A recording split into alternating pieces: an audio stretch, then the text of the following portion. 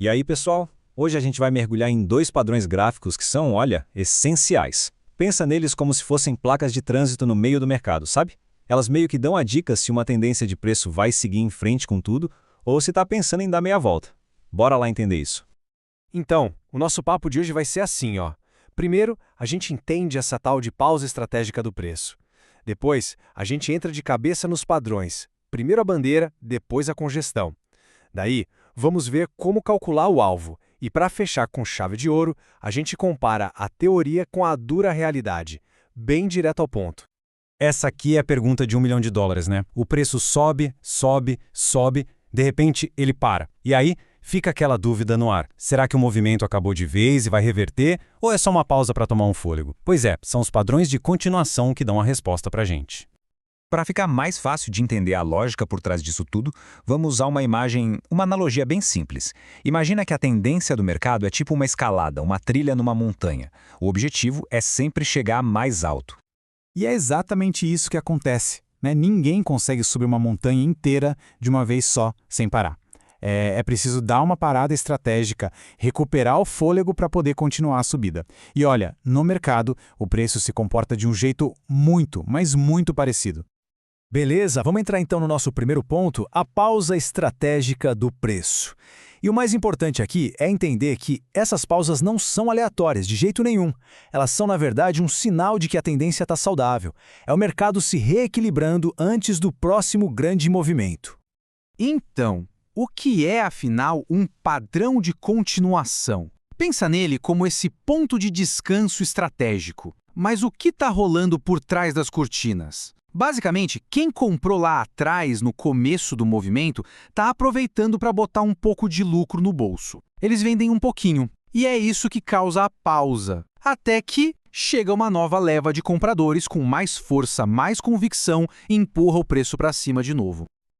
Ok, vamos então para o nosso primeiro padrão. Ver como essa pausa toma forma no gráfico. A bandeira. Olha, essa é uma das figuras de continuação mais clássicas e fáceis de identificar visualmente. A anatomia da bandeira é super simples, são 4 partes. Primeiro, vem o mastro, que é aquela pernada forte, sabe? O movimento inicial. Depois, se forma a bandeira, que é um canalzinho corretivo, geralmente inclinado contra a tendência. O gatilho, o sinal para agir, é o rompimento, quando o preço escapa desse canal. E a partir daí, a gente já consegue projetar o alvo do movimento. Agora, o mais legal é entender a psicologia por trás disso. Pensa no movimento do mercado como um zigue-zague natural. O mastro, esse é o zigue, a grande impulsão. A bandeira é o zague, aquele recuo natural, a galera realizando lucro, lembra? E o rompimento? Bom, o rompimento da bandeira é o sinal de que a força compradora voltou com tudo e o próximo zigue está prestes a começar. Beleza? Agora vamos para o nosso segundo padrão, a congestão. Às vezes, o pessoal chama de retângulo também. A diferença aqui é que, em vez daquele recuo inclinadinho da bandeira, o preço resolve tirar um descanso andando de lado. Então, o que é uma congestão? É basicamente um momento de indecisão, um equilíbrio temporário de forças.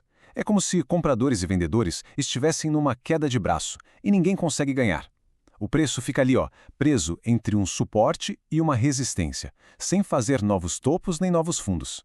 A grande aposta é que, em algum momento, essa briga vai acabar e o preço vai estourar para o lado da tendência original.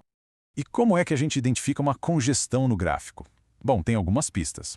Primeiro, ela sempre vem depois de um movimento forte, seja de alta ou de baixa. Segundo, o preço anda de lado. É nítido. Fica ali batendo cabeça. O material de onde tiramos essa análise sugere que, às vezes, com 6 a 8 candles já dá para ver a formação. E o grande finale, o rompimento geralmente acontece com um candle de força, aquele candle grandão que não deixa dúvida. Certo? Já sabemos identificar os padrões. A pergunta agora é, beleza, rompeu. E vai até onde? É exatamente para isso que serve o cálculo do alvo. É uma forma de a gente ter uma ideia, uma projeção do potencial desse novo movimento. E o legal é que o cálculo é bem direto, sem muito mistério. No caso da bandeira, a regra é clara. Pega o tamanho do mastro e projeta ele para cima a partir do ponto onde rompeu. Já na congestão, o que a gente projeta é a altura daquele caixote, daquela faixa de preço, também a partir do rompimento. São 2 métodos clássicos da análise técnica bem eficazes.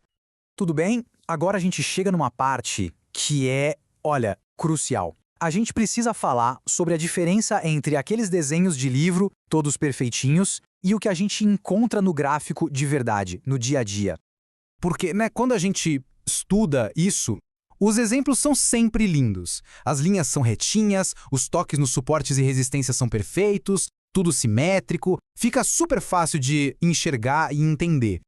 Só que o mercado real é bem diferente. Como a nossa fonte bem colocou, na vida real, os padrões são tortos. O que isso quer dizer? Quer dizer que as linhas da bandeira podem não ser 100% paralelas. A congestão pode ter umas violinadas, sabe? Quando o preço dá uma escapadinha da caixa e volta. É mais bagunçado. Então, como a gente lida com essa bagunça do mundo real? Bom, tem umas regrinhas de ouro. Primeiro, não procure por linhas exatas. Pense em regiões de preço. Segundo, aceite que os padrões vão ser meio tortos, com pequenas inclinações ou com o preço passando um pouquinho da linha. O que importa é a ideia geral. E terceiro, e mais importante, a habilidade de ver esses padrões só vem com a prática, com muito tempo de tela. Bom, estamos chegando ao final e o ponto central é este. Saber reconhecer esses padrões é só o primeiro passo. É a base de tudo, o ponto de partida para pegar a teoria e transformar numa estratégia que funciona. E essa frase resume tudo, né? Uma coisa é olhar o gráfico e falar, ali tem uma bandeira. Outra coisa, completamente diferente, é confiar nesse padrão a ponto de arriscar o capital numa operação. E essa confiança, essa só vem com a experiência mesmo, de ver o padrão acontecer e dar certo várias e várias vezes. Isso nos leva a um último ponto, uma sabedoria de mercado que vai além de só identificar o padrão. É sobre o que fazer depois de entrar na operação. A análise pode estar certinha, mas o nervosismo, a ansiedade podem fazer com que se saia da operação muito antes da hora, perdendo grande movimento. E aqui está a chave. É preciso deixar a operação andar. Essa frase é muito poderosa. Se a análise foi bem feita, se a entrada foi baseada num sinal claro, o mais difícil depois é ter a disciplina para não fazer nada, deixar o mercado trabalhar e a operação atingir seu potencial. E para a gente fechar, fica aqui uma reflexão. Agora, conhecendo esses dois padrões, qual deles chama mais a atenção? Qual parece mais fácil de identificar num primeiro momento? A bandeira ou a congestão?